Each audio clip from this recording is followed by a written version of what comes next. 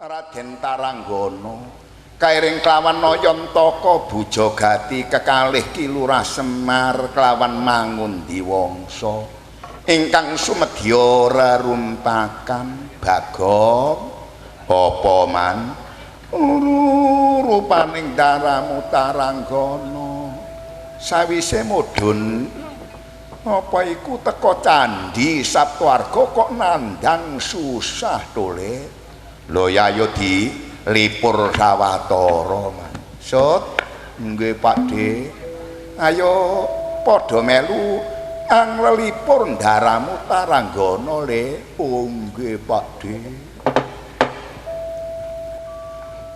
petis manis apa stabu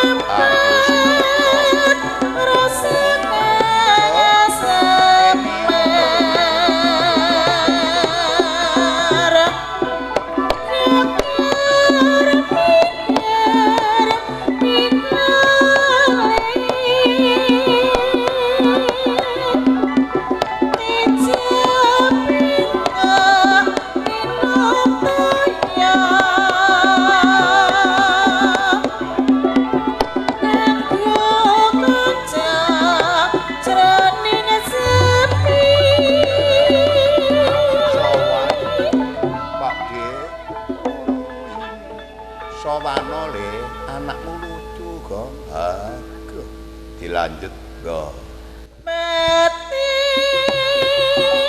manis yen ucap sing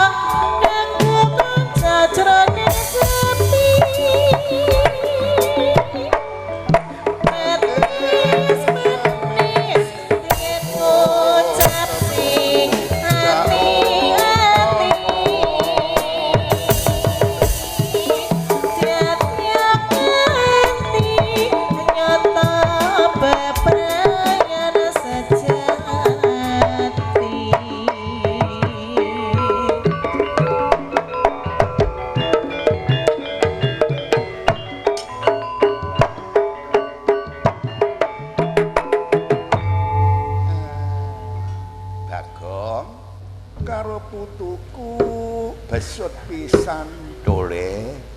Oh iya man, nggih Pakde sinambi ngaso le sawetara. Wong anyene gak tau prei. Iya. Mulai tanggal 1. Lah iki mambengi ku tekono-kono ana nggone manting ngono. Lah saiki ana kene mene ku pindah nang nggone Padang Asri. Melu Kecamatan Jatirejo. Mari teko Padang Asri ku nang nggone perumahan ngono. Perumahan Wates ngono. Perumahan Wates Mojokerto. Lah iku kok lerene wis bulan 9 le. Dadi sak wulan iki nutuk anggone awak dhewe tinimbalan ngayahi Nyemar. Iya. Ngene iki jana bendina sing andhek-andhek iki. Wingi ku Pak Lurah ana Prambon. Terus iki mang Pak Camat Pacet rawuh nyuwun dawak dewi disuwun pentas ana Kecamatan Pacet tanggal 30 jan-jane kon niku ndolek ilmu le. Ndolek ilmu ya apa man? Ndolek ilmu kaya mbahmu Pitasmara ngono lho. Dadi awake iso dadi loro. Lah nek wis dadi loro, ya kon iso nrimo tanggapan ben bengi loro-loro. Oh gak slamet riko.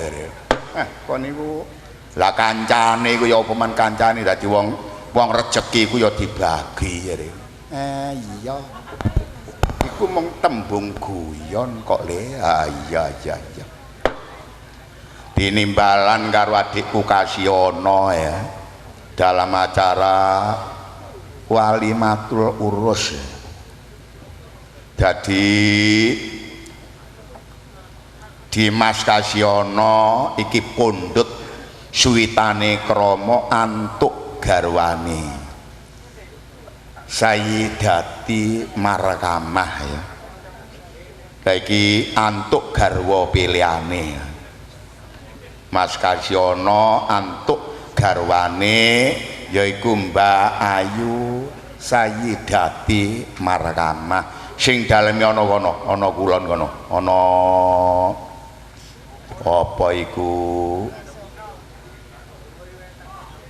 Ana nggone Bening ya. Oh Mojoranu, nggih Mojoranu nderek Mojo Agung nggih. Wingenane kula ingkang ruwat mrika ya. Putra Tanganting to Le. Iya lah mangrak wayangan sih man. Wayangan awan. Jan awan wayangan, bengi wayangan. Rasane awak iki kaya disampirno rasane. Lah sing oleh duwike sapa? Lho ya arek-arek iki mosok aku le mandarene. Ya, muga-muga le pundhut suwitane krama adikmu Kasiono oleh rahmating Allah Ta'ala dole dadya keluarga sing sakinah mawaddah warahmah lan enggalo dianugrahi putra dene Allah Ta'ala. Nek kagungan putra kakung dadya putra sing soleh, kagungan putra putri dadya putri sing solihah. Migunani tumrap nuswa bangsa agama lan wong tuwa sekarone dole. Iya. Ya rada singkat padat rupane iki wis jam 12 kliwat 10 menit ya. Jam pira, Gong? Jam 12 kliwat 10 menit ya. Yuk maca selawat rada singkat padat ya. Jo meneng selawat awis. Ya. Wah, jan arek-arene tepak gawe klambi ijo ngene kok iso beyok-beyok. Klambine ijo, kudunge ijo, sewek ijo, bibire ya ijo. Ya, sareng-sareng mau selawat. Allahumma sholli ala Muhammad. Allahumma sholli ala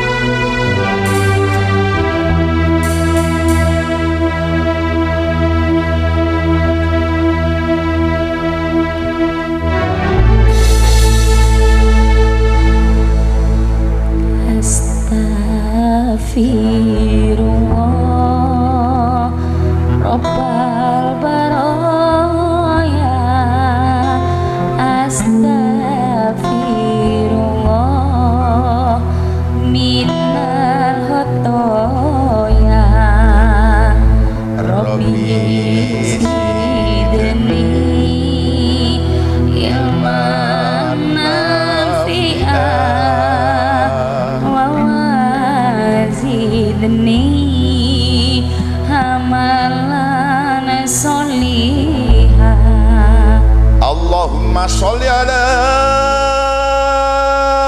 Muhammad. Allahumma sholli alaihi.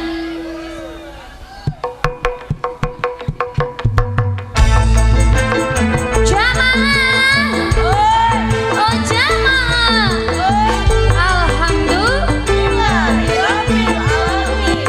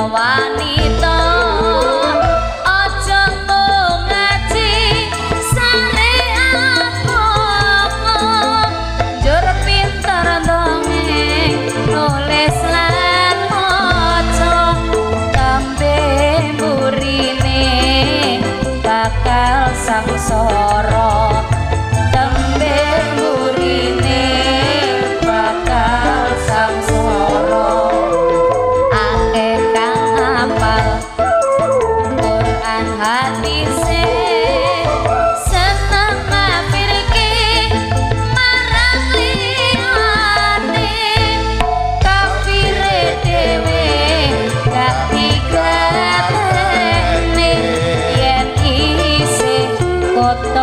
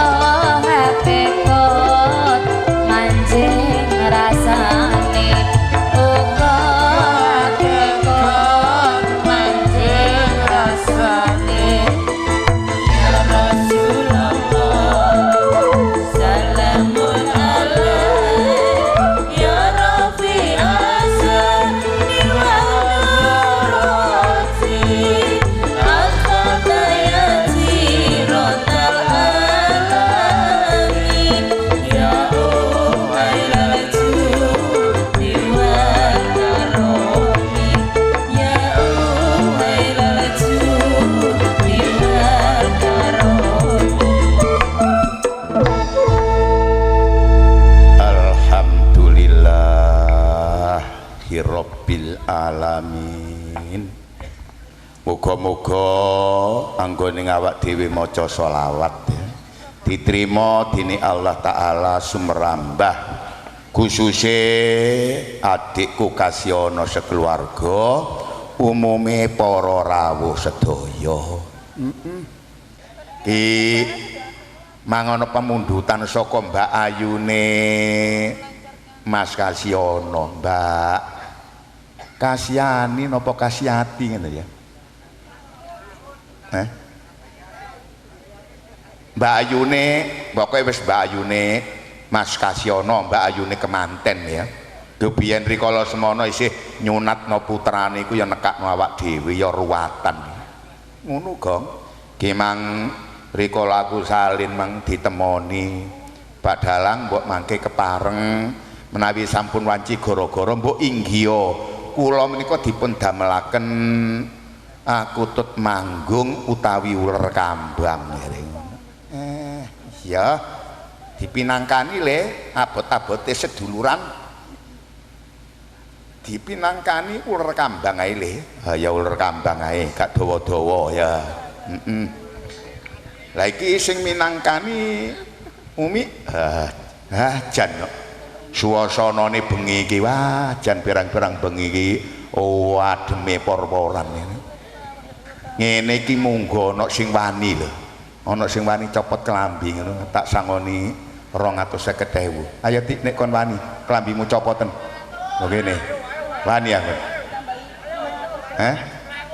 wani copot klambi kon iso wong-wong mara melayu kabeh kon melayu nang ndi melayu mara sedumek ngene kon iya ya uler kambang Nduk iya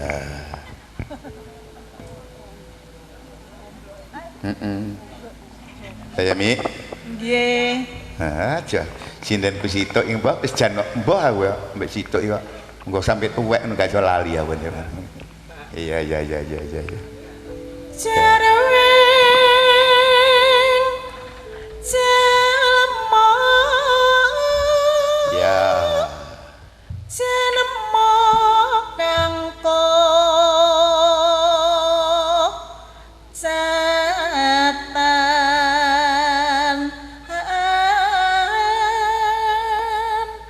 jiwa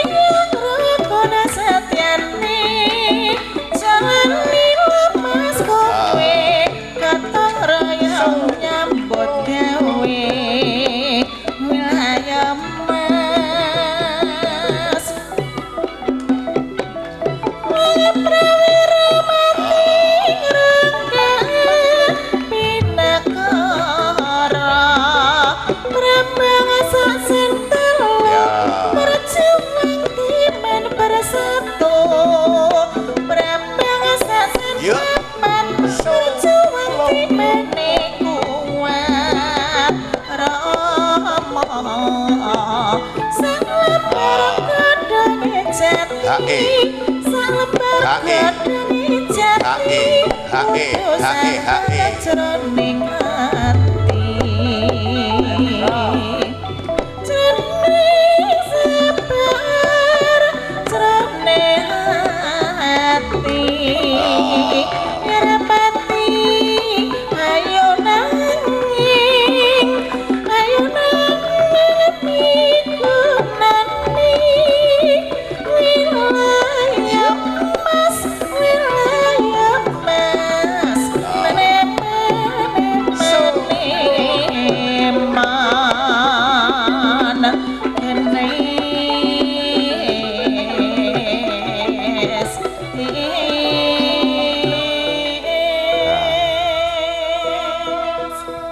jana aku nek krungu uler kambang wis baliling dalang sing sepuh-sepuh ya jare dawe dalang sing sepuh-sepuh uler kambang iku gending pambuka tegese ngawiti dadi biyen iku nek dalang zamane bapak Mbah Pit kaya panjenengane Bapak Kiwinata kabeh pokoke ning gawe gending mesti uler kambang ya. Ngono ya Le. Nggih. Kalajengaken midering rat. Oh, mider ring rat. Nggih. Nduk.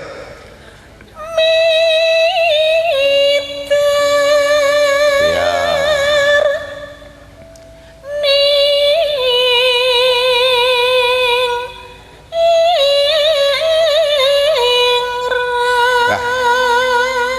Jan suarane empuk cengkok empuk ngono iku masih rasane wonge ngono ya rasane ya dingin-dingin empuk ngono ya iya enggak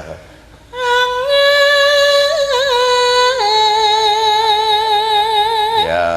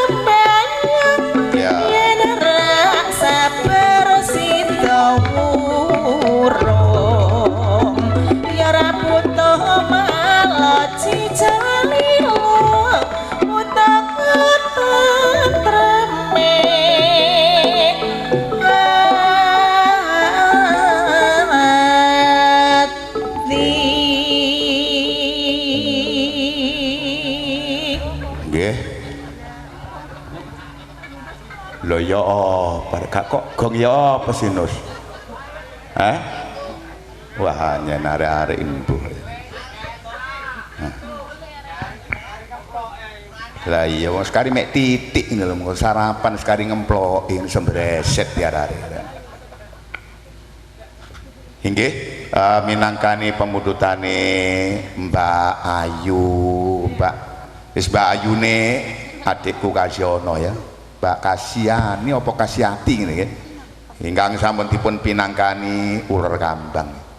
Aku paling kelingan cakepane Umi. Salembar godhong lembayung nek gak sabar ngono. Ya sida wurung temenan sing sabar. Ana dawuh innallaha ma'as-sabirin. Wong sabar kasih pangeran. Dadi diwasno dhisik. Nek wis padha ketemune baru iso sambung sing sabar meneh maneh ketemu ditukono jeruk setengah pintal mben maneh ketemu ditukokno apel merah setengah pintal terus noe kon nek gak blonyoh dodomu kepingin roh awe nggih nggih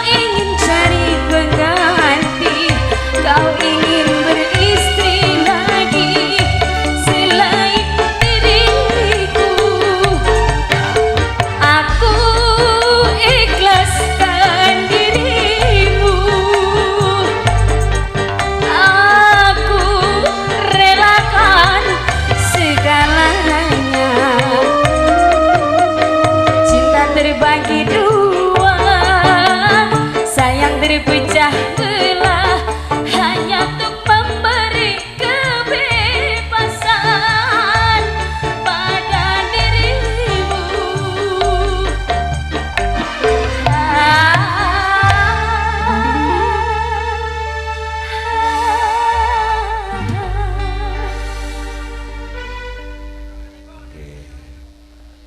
Nggih, niki diakhiri kalian Mbak Atik kalian Mbak Diaris ya.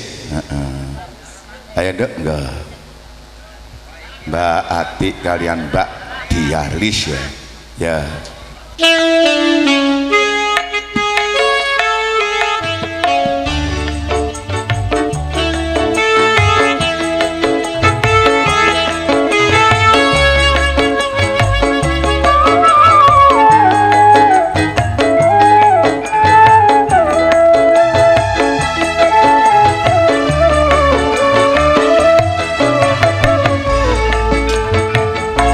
Wong sliramu kan dadi manis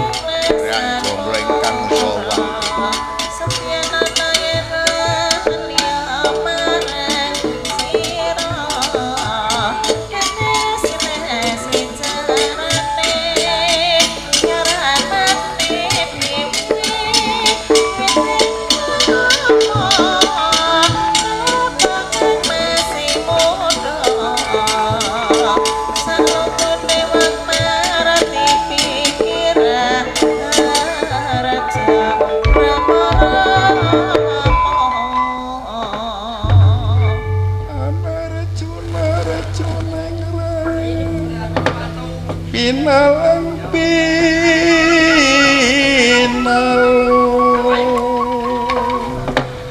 kewurian ning liyan coret papat lagi wani mentang langkah serupa